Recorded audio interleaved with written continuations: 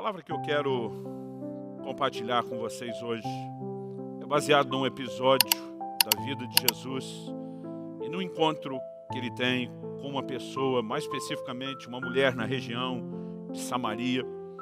E esse relato se encontra no capítulo 4 do Evangelho de João.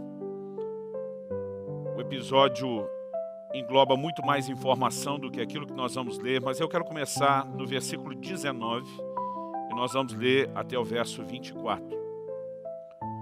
Senhor, disse-lhe a mulher, vejo que tu és profeta.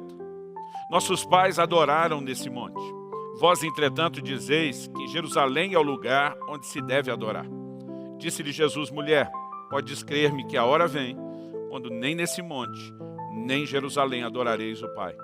Vós adorais o que não conheceis, nós adoramos o que conhecemos, porque a salvação vem dos judeus.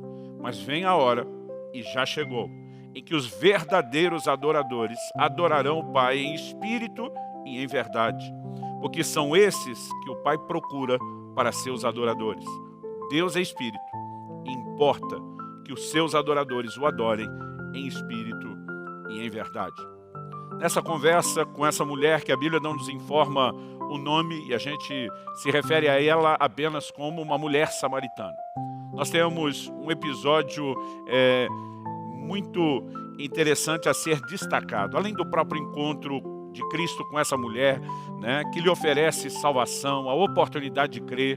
Essa mulher acaba sendo um instrumento de Deus depois de tocada e alcançada por Jesus para trazer praticamente toda a cidade a Cristo, e muitos passam a crer em Cristo. Essa história, né, além desse aspecto de salvação, a beleza dela, a riqueza dela, também envolve palavras de orientação muito específica que Jesus deu a ela, e obviamente esperava que isso não se limitasse a ela, mas que chegasse a nós. O Senhor Jesus traz uma revelação sobre a vida daquela mulher, quando nos versículos anteriores nós não lemos, ele diz para ela, vai, chama o teu marido e vem cá. A mulher replica, Senhor, eu não tenho marido.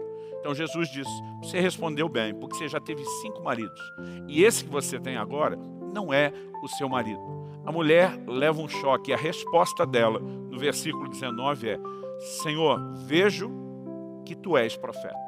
E a partir do momento da constatação dessa mulher, que Jesus seria até então, ela não entende que ele é o Cristo, o Messias, né? Na própria conversa nós vamos ver a mulher se referindo a essa expectativa da vinda do Cristo, o Messias prometido, mas ainda achando que Jesus fosse um profeta, mas já por reconhecer uma autoridade de Deus investida nele, essa mulher abre um debate, um questionamento, né? Ela diz, já que o Senhor é profeta, é como se ela dissesse, me responde algo que está pegando para o meu lado.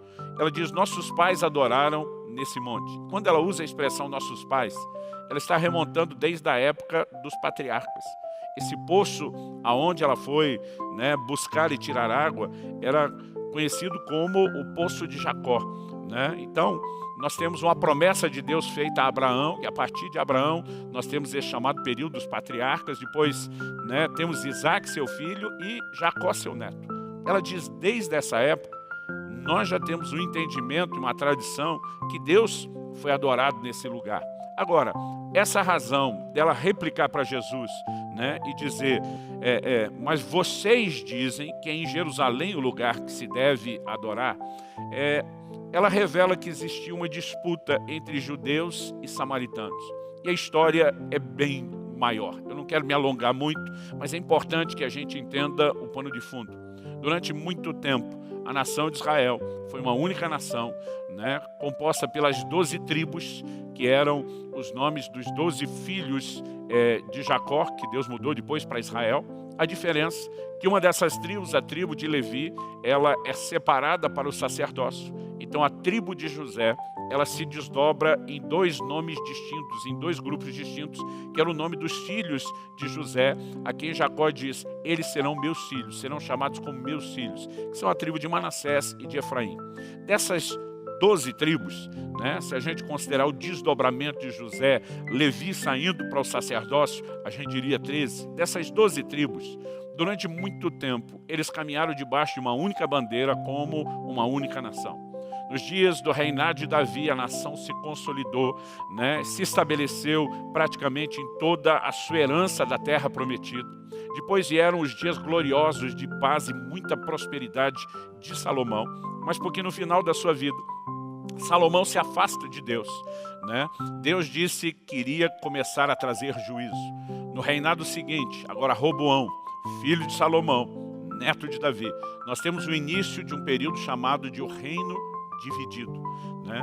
O que era o reino dividido? Apenas 2 tribos ficaram compondo o chamado reino do sul, ou reino de Judá, né? Que era a tribo de Judá e a tribo de Benjamim. As outras 10 tribos, elas se unem debaixo de uma outra liderança, de um homem chamado Jeroboão. Jeroboão, apesar de ter recebido uma palavra de Deus para liderar, né, Israel, ou reino do norte, como se diz, porque as 2 tribos que ficaram à parte estavam no sul, ele se afasta do Senhor e ele começa a promover um culto idólatra.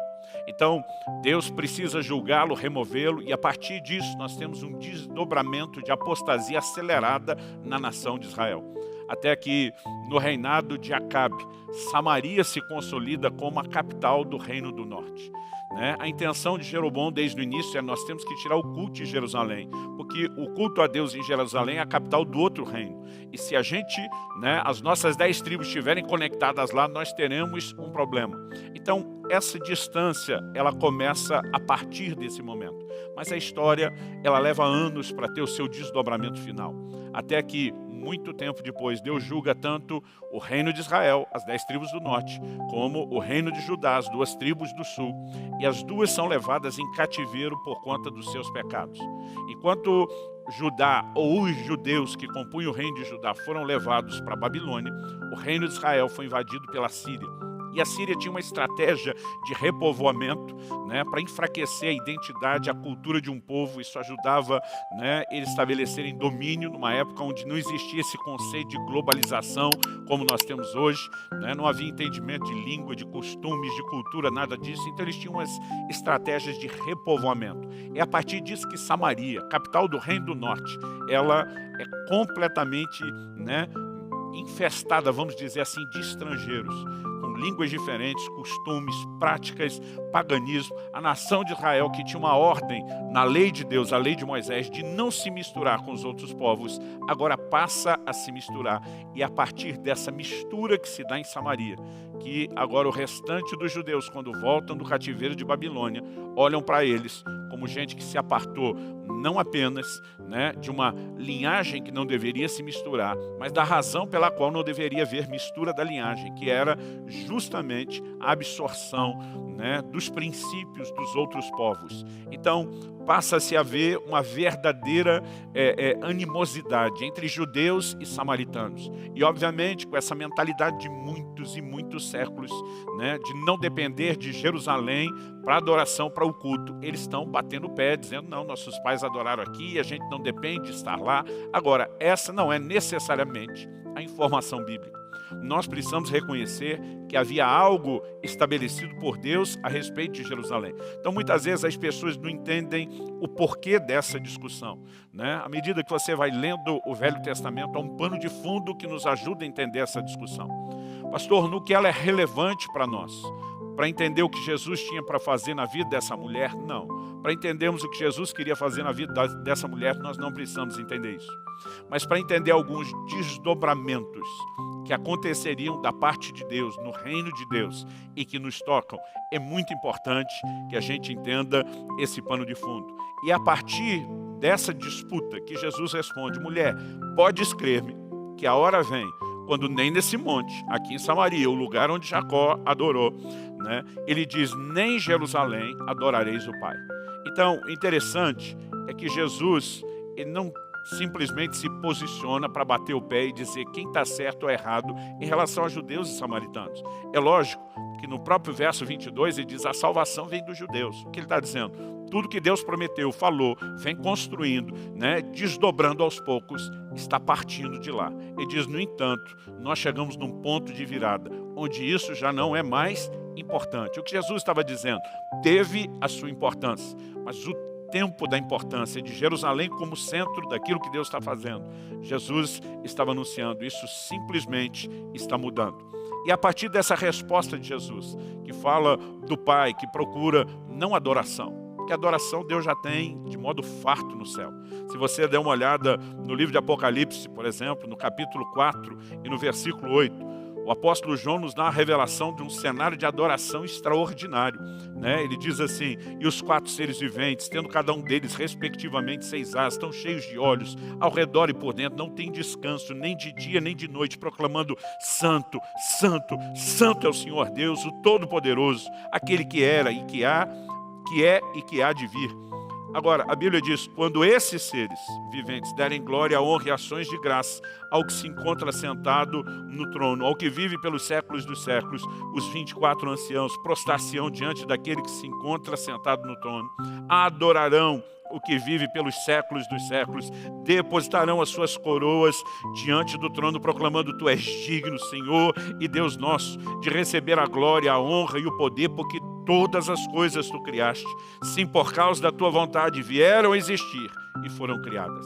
Esse é um dos cenários bíblicos que merece destaque, porque essa cena que João vê, né, desses seres diante do trono, dizendo Santo, Santo, Santo, não é algo que começou a partir da visão de João. É lógico que João já está sinalizando que isso não tem fim. A Bíblia diz que eles não têm descanso, noite e dia, ou seja, é uma adoração ininterrupta. Agora, se você volta 800 anos aproximadamente antes na história, na visão de Isaías, ele vê os serafins à volta do trono dizendo: Santo, Santo, Santo é o Senhor dos exércitos. Em outras palavras, esse ambiente de adoração, né, do qual nós não temos noção de começo e que obviamente é mencionado que não tem fim e até lá é ininterrupto, nos mostra que Deus não tem necessidade alguma de adoração. Aliás, Ele não é um ser sem necessidade de adoração apenas porque já tem adoração, mas Ele não precisa, Ele é completo, Ele é absoluto em si mesmo. A palavra de Deus é clara, dizendo que Deus não necessita de coisa alguma. Então nós precisamos entender, se Deus não precisa disso, por que é que Ele está procurando adoradores? E a diferença, o ponto central do entendimento do que eu quero falar hoje, está justamente no fato de que Deus não está procurando adoração, Deus está procurando os adoradores. Em outras palavras, o que Ele quer não é o nosso culto, Ele quer a gente. Ele não quer a sua adoração, Ele quer você. E a adoração é apenas o meio através do qual você vai a Ele.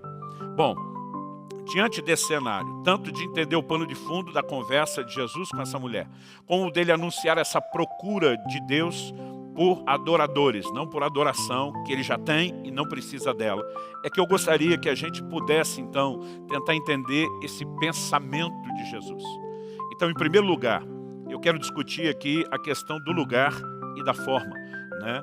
O lugar da adoração e o formato de adoração é o ponto de partida da discussão de Jesus com essa mulher, né? Da argumentação, da conversa. Em segundo lugar, eu quero trabalhar a ideia do anúncio de Jesus de um novo tempo na adoração.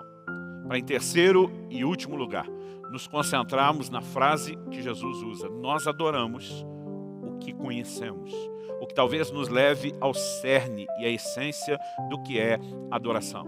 O tema da minha mensagem nesse domingo é verdadeiros adoradores. E com essa introdução mais longa, além do normal, eu espero construir não apenas uma orientação prática que te ajude hoje, mas que a gente possa ter fundamento doutrinário, né, para entender o que Deus vem construindo ao longo da história e onde Ele deseja nos levar. Então, em primeiro lugar, vamos voltar, né, a essa ideia de que o Pai procura adoradores, não adoração. Em Efésios, no capítulo 1, no versículo 6, a Bíblia nos mostra que nós fomos criados, né? Não limita apenas a essa definição, mas a Bíblia traz essa definição e ela não pode ser ignorada. A Bíblia diz que nós fomos criados para o louvor da glória de sua graça, né? Nós fomos criados para o louvor da sua glória. Deus nos criou, né, com o propósito de que a gente pudesse louvá-lo, adorá-lo. Em Lucas, no capítulo 1, no versículo 74, nós temos uma palavra profética que Zacarias, sacerdote, o pai de João Batista, ele, cheio do Espírito Santo, começa a falar desse tempo que estava chegando, né? Um anjo de Deus anunciou o seu filho, agora o seu filho nasce, há um propósito se cumprindo, porque ele seria o precursor do Messias, João Batista, e é nesse momento que, cheio do Espírito Santo e profetizando, né, ele começa a dizer que Deus iria usar de misericórdia para com os seus pais, os patriarcas, lembrar-se da sua santa aliança, né? Verso 73, ele diz do juramento que fez a Abraão, nosso pai. Qual era o juramento? No verso 74 nós lemos, de conceder-nos que, livres das mãos de inimigos, o adorássemos sem temor, em santidade e justiça perante ele, todos os nossos dias. Essa ideia de todos os nossos dias não é apenas os dias de cada um de nós como indivíduos, é mais do que isso. É a soma de todos os dias de cada um de nós como indivíduos. Estamos falando deles como nação, deles como povo. Ou seja, ele não apenas está destacando que o propósito final da redenção não era mero e simplesmente escapar de uma condenação espiritual eterna, mas permanecer eternamente conectados com o Senhor e adorando a Deus em santidade e justiça todos os nossos dias. Então, a razão de o Pai estar procurando esses adoradores, eu repito o que eu falei antes, não é porque ele precisa, é porque nós fomos criados para isso. Não haverá alegria e realização plena no coração de ser humano algum, a menos que ele viva para cumprir o propósito de Deus para o qual ele foi criado. Então essa procura de Deus, ela é algo importante a ser destacado como parte do propósito. Mas como eu disse, a discussão se inicia, né, entre Jesus e essa mulher, abordando tanto a questão do lugar como da forma. Provavelmente essa mulher se referia ao monte Gerizim, quando ela diz nossos pais adoraram nesse monte. Era um monte de Samaria, que fica de frente do monte Ebal. Moisés dá uma instrução da parte de Deus, que Josué executa depois, de que o povo deveria se colocar diante do monte Gerizim, está lá em Deuteronômio 28, 1 a 4, e começar a pronunciar as bênçãos de se guardar a lei. Mas a Bíblia diz que diante do monte Ebal, eles iriam pronunciar as maldições. Então isso aqui só para que você tenha uma referência de localização. Agora, como nós mencionamos antes, né, ela está dizendo, olha, vocês dizem que em Jerusalém é o lugar que se deve adorar. Por que os judeus diziam isso? Em primeiro lugar, porque Deus prometeu se manifestar no lugar onde fosse erigido e estabelecido o tabernáculo. Durante muitos anos, o tabernáculo levantado por Moisés permaneceu em Siló. Desde que eles se estabelecem na terra prometida, a terra de Canaã, né? Ali foi estabelecido o tabernáculo. E Deus tinha dito a Moisés, em Êxodo 25, verso 22, ali virei a ti, falarei contigo. Era o lugar da manifestação da presença de Deus. No entanto, nós percebemos que é um lugar escolhido por Deus antes mesmo de Moisés construir um tabernáculo, antes mesmo das gerações seguintes, levá-lo a ser estabelecido em Siló, que foi o lugar onde Deus dirigiu Abraão a oferecer seu filho Isaque em sacrifício. Ele vai para um lugar, né, que Deus sinaliza, que Deus mostra. Muito tempo depois, muitos séculos à frente, Davi, ele tem uma outra experiência com Deus, né? A Bíblia diz que ele está no Monte Moriá, exatamente o mesmo lugar onde Abraão havia oferecido ou sido dirigido por Deus a oferecer seu filho em sacrifício. E ali, né, um anjo do Senhor se manifesta num cenário de uma praga. Davi vive uma experiência com Deus e ele tem um entendimento. Nós depois somos informados ao longo das Escrituras que ele entende, ele sinaliza que aquele seria o lugar onde seria edificado o templo, que não Davi, mas seu filho Salomão construiu. A partir disso, nós temos referências na Bíblia muito claras, apontando ao que Deus faria em Jerusalém. Por exemplo, no primeiro livro de Reis, no capítulo 9 e no versículo 2, nós vemos Deus se manifestando a Salomão, né? E a Bíblia diz, o Senhor tornou-lhe a aparecer como lhe tinha aparecido em Gibeão, e o Senhor lhe disse, ouvi a tua oração e a tua súplica que fizeste perante mim. Santifiquei a casa que edificaste, no Monte Moriá, lá em Jerusalém, né? Santifiquei a casa que edificaste, a fim de pôr ali o meu nome para sempre.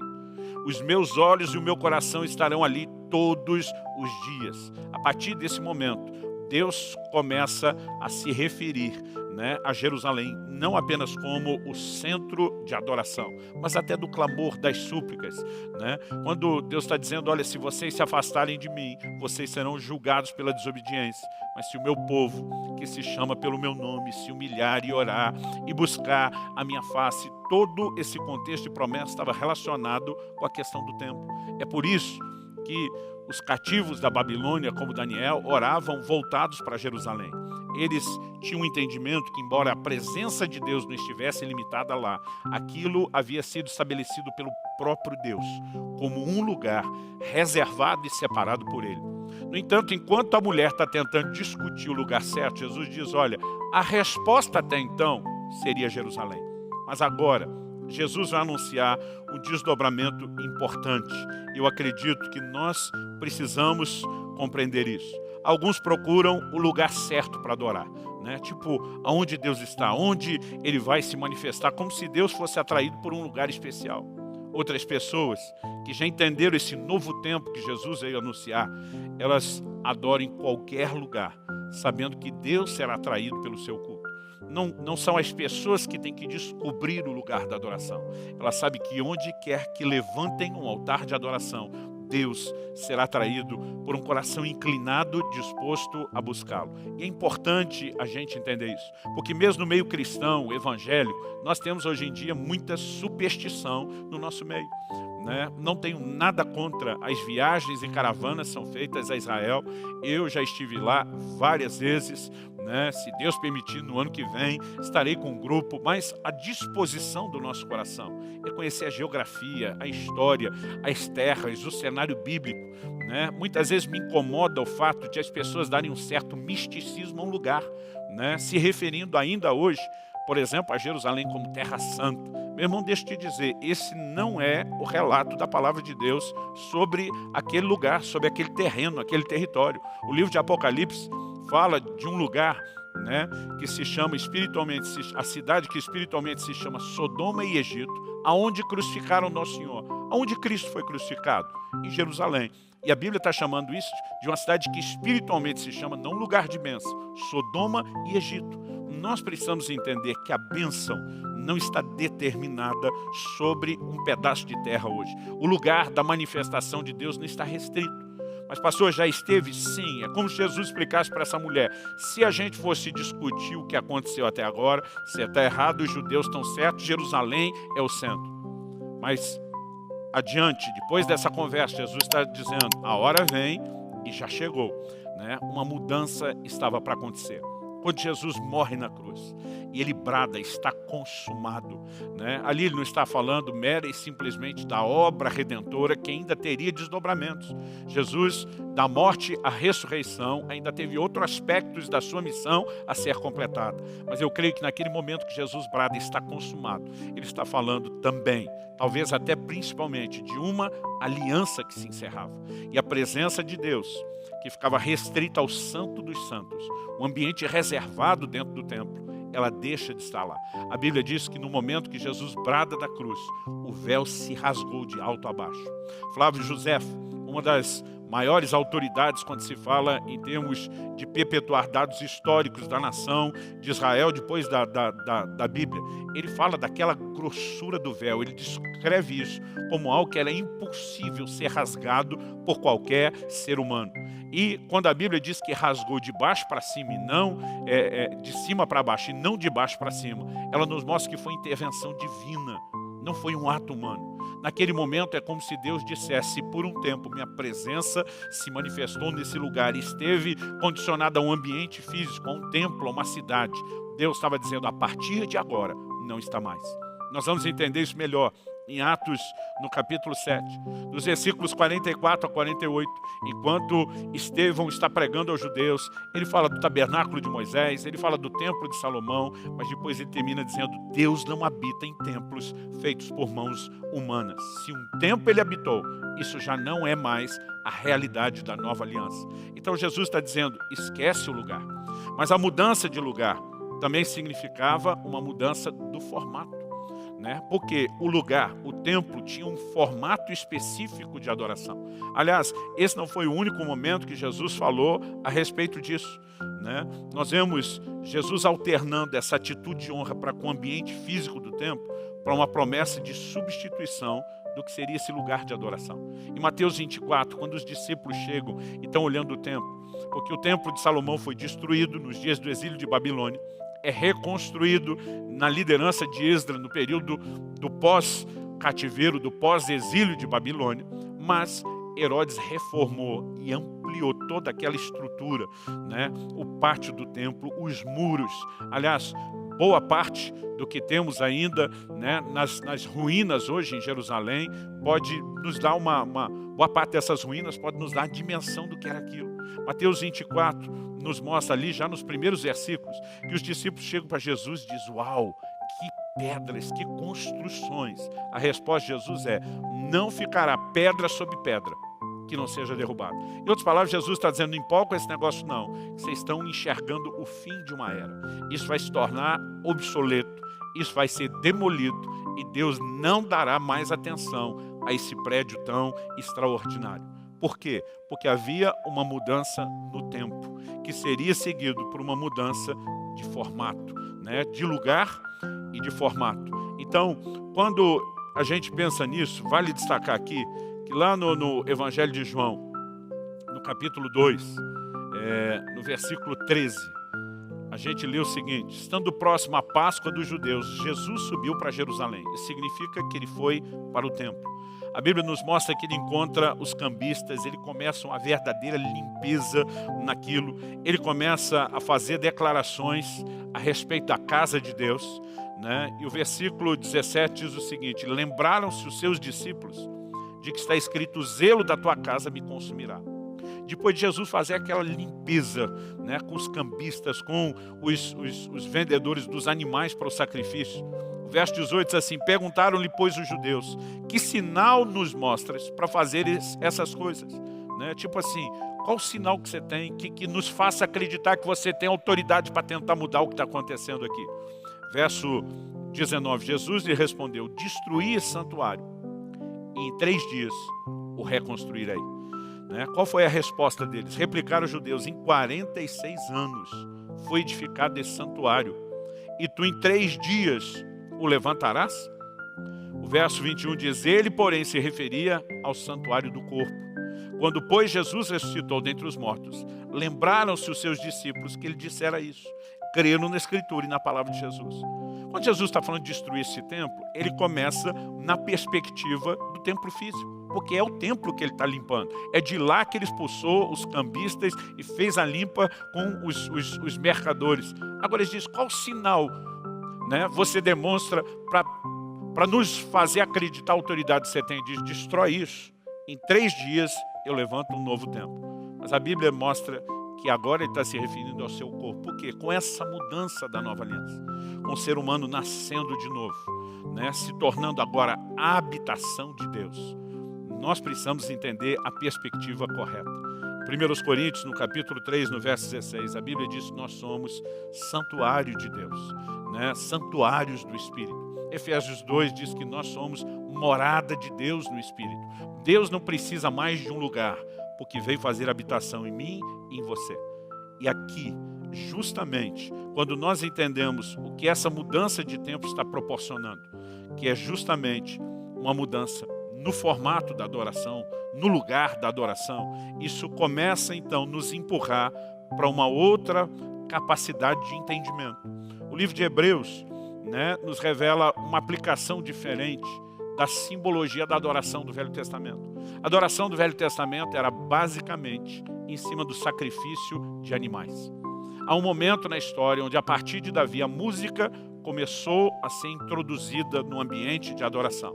Mas ainda que a música tivesse sido acrescentada, e por um tempo, é por isso que Deus começa a anunciar: reedificarei o tabernáculo de Davi que está caído. Deus estava dizendo: isso não era para ter parado, isso voltará a ter um lugar importante. O livro de Hebreus, no capítulo 13 e no versículo 15, nos mostra que o sacrifício de animais mudou para o que a Bíblia chama de sacrifícios de louvor. Portanto, haveria um novo tempo, haveria um novo lugar, deixando de ser um prédio físico, e nós nos tornaríamos o santuário de Deus, o lugar da adoração, mas haveria também uma mudança de formato. E é importante que a gente consiga entender essa construção da revelação bíblica. Em Hebreus 13:15, a palavra de Deus diz assim: por meio de Jesus, somente depois de encontrar com Cristo, da salvação, por meio de Jesus, pois ofereçamos a Deus sempre sacrifício de louvor, que é o fruto de lábios que confessam o seu nome. No entanto, ele inclui algo que eu quero chamar a sua atenção, porque a adoração nesse nosso novo tempo não pode ser vista apenas como o elemento da música. Ele diz no verso 16: não negligencieis igualmente a prática do bem, a mútua cooperação, pois com tais sacrifícios Deus se compraz. Ele mostra que assim como o sacrifício de louvor substitui os outros sacrifícios, a Bíblia também nos mostra aqui que a prática do bem, a mútua cooperação, ajudar uns aos outros, também é uma substituição dos sacrifícios. Nós podemos ainda citar Romanos 12, que fala a respeito de oferecermos o nosso corpo como sacrifício vivo. Há um culto de santidade. Quando eu e você nos posicionamos diante de Deus, dizendo: esse corpo foi comprado pelo Senhor, é agora o santuário de Deus, eu vou mantê-lo longe do pecado. A combinação de todos esses elementos são parte do que nós vamos chamar, ou precisamos entender que a Bíblia chama, e é por isso que usamos a mesma nomenclatura, a mesma terminologia, a Bíblia chama de sacrifícios, ou de um novo modelo de adoração. Quando a palavra de Deus está falando sobre apresentar o nosso corpo como sacrifício, a Bíblia diz: esse é o vosso culto racional.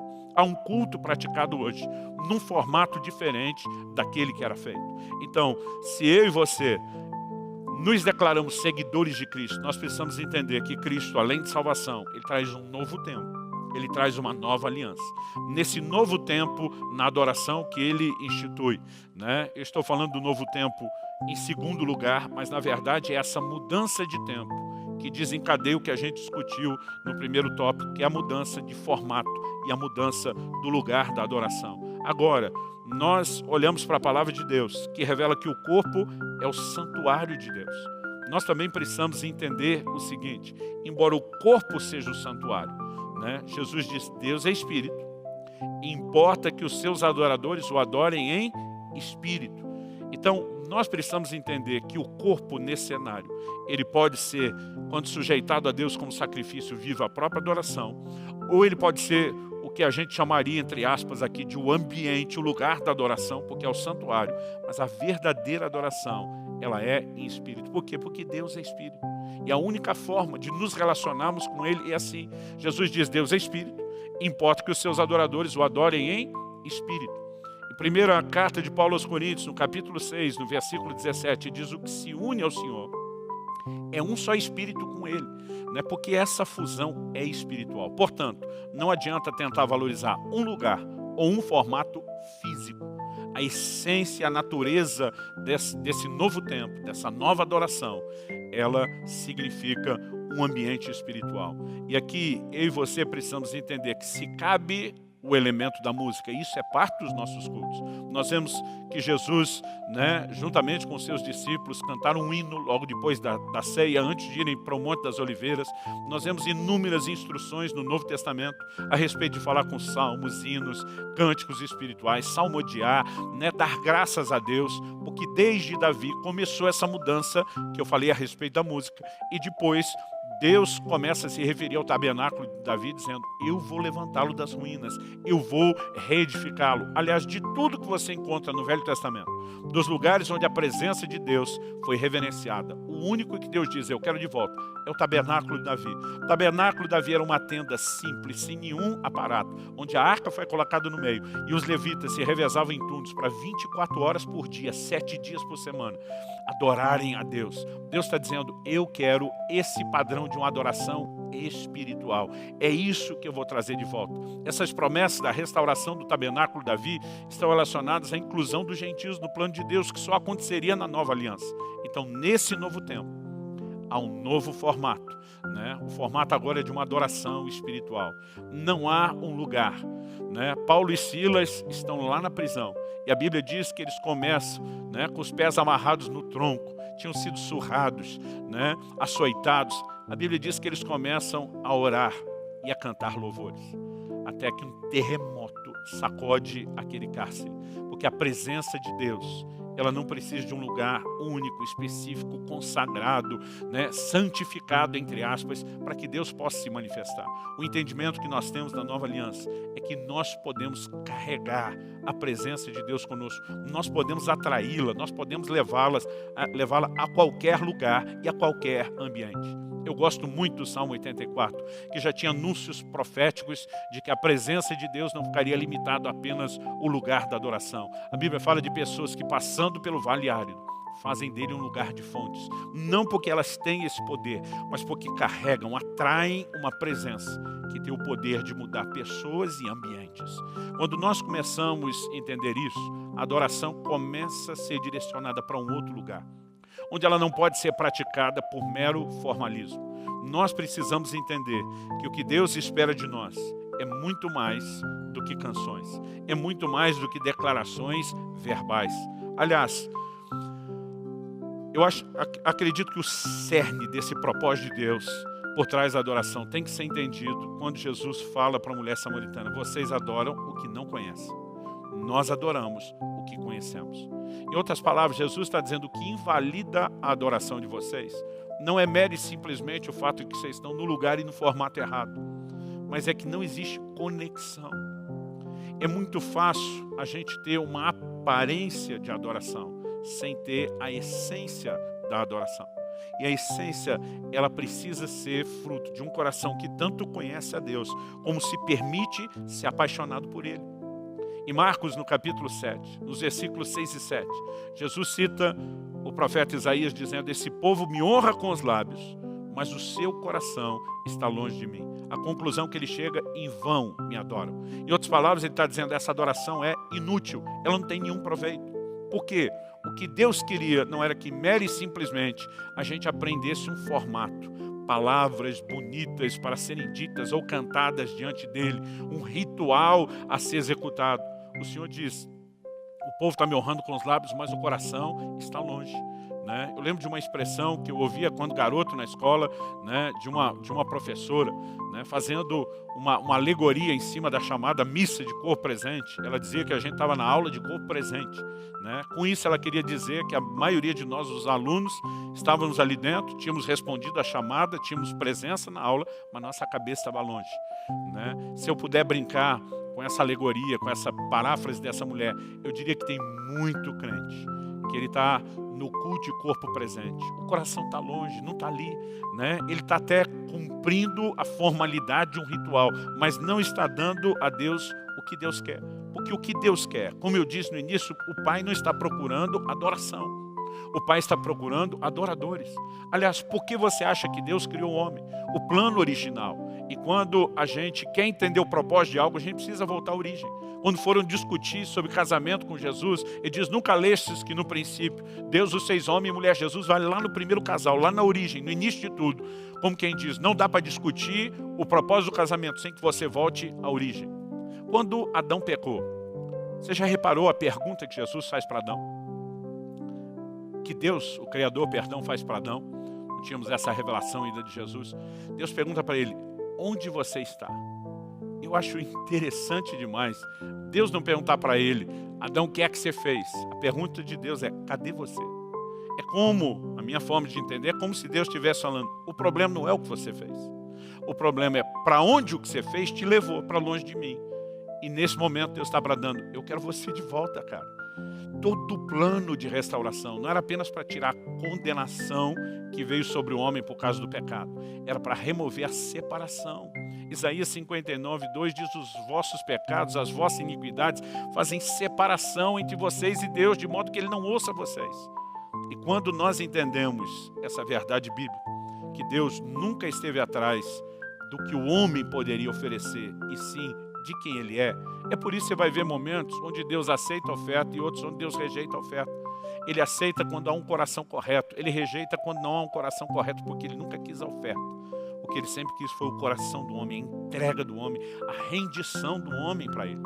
Então, quando nós falamos a respeito de adorar o que conhecemos, nós precisamos entender que muito muito mais do que esse formato exterior, né? A aparência, seja a gente falando sobre a música, seja falando sobre o culto de santidade do corpo, seja a gente falando a respeito dessa prática do bem, que tudo entra como um pacote. Adoração é um estilo de vida, é muito mais do que um culto e uma reunião. Isso não elimina a importância do culto, né? Tiago diz: está alguém entre vós contente? Cante louvores, né? A ênfase de cantarmos a Deus, ela obviamente está ali na Bíblia, e não apenas está lá. A Bíblia diz que nós podemos nos encher do Espírito, falando com salmos, hinos, cânticos espirituais, mas nós precisamos entender que isso não limita a definição do que é a oração. Nós precisamos entender que mais do que esse formato exterior, há um culto interior que deveria nos tornar mais parecidos com Deus. O Salmo 115:8 nos traz uma informação interessante, né? E a gente precisa entendê-la além da aplicação que foi feita. Ele está falando a respeito dos ídolos, da inutilidade dos ídolos, né? E ele termina dizendo no verso 8 do Salmo 115: tornem-se semelhantes a eles os que os fazem e quantos neles confiam. Quando a gente olha essa declaração, torne-se semelhante a eles, não é apenas o salmista amaldiçoando quem está lá na ignorância da prática da idolatria, mas ele está falando de um princípio espiritual, que você se torna parecido com aquilo que você adora. E quando nós entendemos essa perspectiva de tornar-se parecidos com aquilo que nós adoramos, né, talvez isso nos leve a entender, né, um outro princípio bíblico. No livro de Romanos, nós estamos falando sobre adorar o que se conhece ou o que não se conhece. Jesus estava falando para aquela mulher samaritana: o maior problema de vocês não é o lugar, não é nem só o formato, é vocês não conhecerem a Deus, né? Hoje em dia nós estamos tentando conectar pessoas num ambiente de adoração, numa adoração extraordinária, que elas não têm relacionamento com Deus. Pessoalmente não existe rendição, não existe entrega, não existe conexão. Agora, em Romanos, no capítulo 1, né, a partir do versículo 21, a Bíblia fala de pessoas assim: porquanto tendo conhecimento de Deus, não o glorificaram como Deus, nem lhe deram graças. Antes se tornaram nulos em seus próprios raciocínios, obscurecendo-lhes o coração insensato. Inculcando-se por sábios, tornaram-se loucos, e mudaram a glória do Deus incorruptível em semelhança da imagem de homem corruptível, bem como de aves, quadrúpedes, répteis. Por isso Deus entregou tais homens à imundícia, pelas concupiscências do seu próprio coração, para desonrarem o seu corpo entre si. Pois eles mudaram a verdade de Deus em mentira, adorando e servindo a criatura em lugar do Criador, o qual é bendito eternamente. Amém. Por causa disso, Deus os entregou a paixões infames, porque até as mulheres mudaram o modo natural de suas relações íntimas por outro contrário à natureza. Semelhantemente, os homens também, deixando o contato natural da mulher, se inflamaram mutuamente em sua sensualidade, cometendo torpeza, homens com homens, e recebendo em si mesmo a merecida punição do seu erro. Qual a razão de tudo isso? Verso 28. E por haverem desprezado o conhecimento de Deus, o próprio Deus os entregou a uma disposição mental reprovável para praticarem coisas inconvenientes. Quando nós cultivamos o conhecimento de Deus e por meio da adoração nós nos conectamos com Ele, nós podemos ser moldados de acordo com a presença de Deus. Mas quando rejeitamos o conhecimento, enveredamos para qualquer formato de adoração diferente, em vez de nos tornarmos parecidos com Deus, estaremos debaixo de sentença, de juízo, de nos tornarmos semelhantes àquilo que adoramos e valorizamos. E obviamente, se não é Deus a quem nos conectamos, a capacidade de reproduzir a sua semelhança, a transformação em quem Ele é, ela acaba sendo comprometida. Eu acredito que o maior desejo de Deus, né, para mim e para você, não é apenas que nos cultos, né, sejam esse formato e modelo de culto, né, que estamos praticando nesse momento à distância.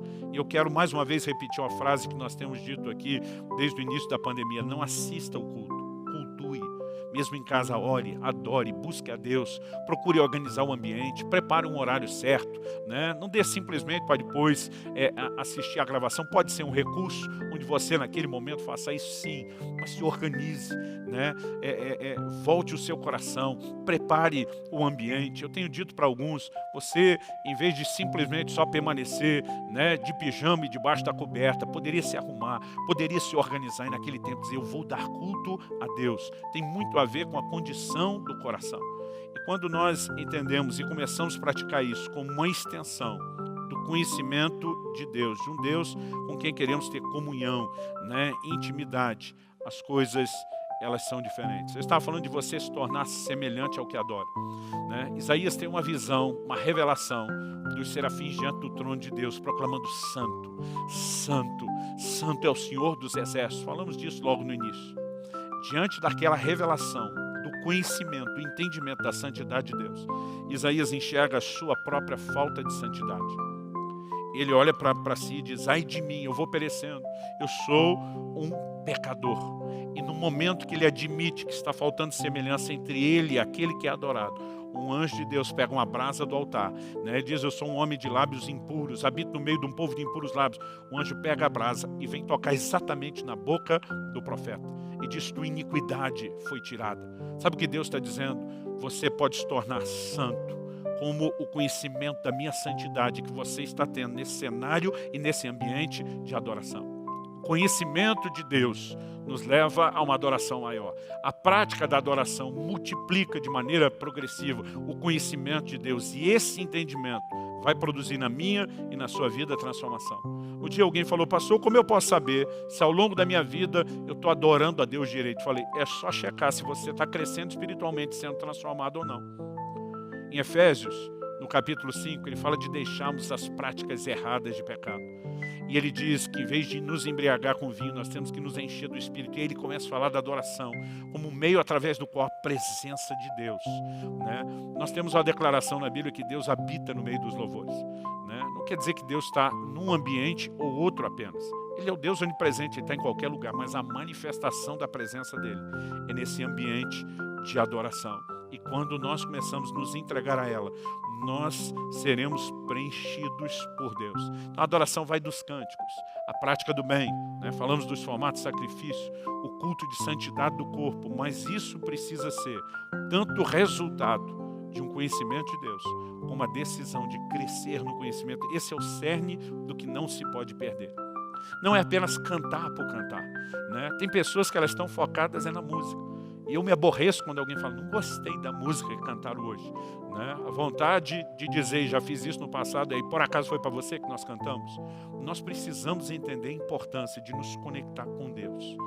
Então, independente do lugar, independente do formato, não me diga você que Paulo e Silas, depois de açoitado, com os pés pendurados no tronco à meia-noite, estavam confortáveis, que estavam sentindo vontade de adorar a Deus. Mas há um anseio, uma conexão de conhecimento, há um anseio de proximidade, que eles simplesmente não conseguem não adorar. Se nós entendemos quem são os verdadeiros adoradores, gente que não está presa a um tempo que já passou, gente que não está presa nem a um formato e nem ao lugar que já passaram, mas que entende Deus é Espírito, pode ser adorado em Espírito, portanto a qualquer hora, em qualquer lugar, né? Eu não preciso de um lugar onde Deus está, eu posso atrair Deus em qualquer lugar. Esse entendimento, né, que nos leva a viver em intimidade e comunhão e não apenas a aparência, vai nos colocar nesse lugar de preencher a busca de Deus por verdadeiros adoradores. E nós vamos descobrir que não é só a busca de Deus que foi preenchida e completa. Nós seremos preenchidos e completados pela presença de Deus de uma maneira extraordinária. Alguns já têm vivido isso numa medida e podem crescer. Alguns talvez ainda não descobriram o que é isso e podem descobrir e andar nesse lugar. Então fico aqui, né, o meu encorajamento e o meu apelo ao seu coração. Que nós possamos ser a resposta dessa busca divina de verdadeiros adoradores, em nome de Jesus. Eu quero orar com você. Pai, eu coloco diante do Senhor a vida dos meus irmãos e irmãs. Cada um daqueles que nos acompanha nessa hora, um mês depois, expostos a uma palavra gravada. Eu oro mais uma vez que haja mais do que o entendimento de princípios. Que a Tua palavra comunique mais do que apenas instrução das mudanças, da adoração ao longo da revelação bíblica e do que podemos ter hoje. Mas nós oramos que de alguma forma corações sejam despertados, provocados para voltarem-se ao Senhor. Não queremos nos voltar a Ti apenas com um culto de lábios e um coração distante. Nós queremos nos voltar a Ti de todo o nosso coração. Nós queremos Te adorar em ambientes formais de adoração, como o culto presencial ou online, mas nós queremos Te adorar no dia a dia, num culto de santidade, na prática do bem, a maneira como nos conduzimos, que esses sacrifícios espirituais continuamente se desdobrem diante do Senhor. Eu oro em nome de Jesus. Que o Teu Espírito possa despertar o nosso coração para desejar essa intimidade, para desejar esse conhecimento de Deus. Eu oro também que possa haver tanto o entendimento e o reconhecimento, como o arrependimento daqueles que têm vivido um modelo ultrapassado de adoração, formal, preso a um ambiente, a um comportamento, uma adoração fria, sem coração.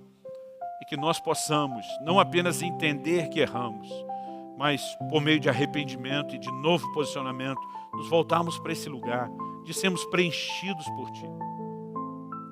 Nós queremos viver a plenitude do Teu propósito.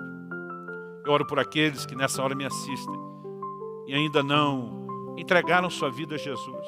Mais do que entender o discurso de Jesus com essa mulher samaritana, talvez eles precisem da atitude que essa mulher teve, que dá o pontapé inicial a tudo, de acreditar no Senhor. De entender não apenas que o Senhor existe, que é Deus, mas aquilo que o Senhor veio fazer por nós, morrendo em nosso lugar, para nos redimir, para o perdão dos nossos pecados.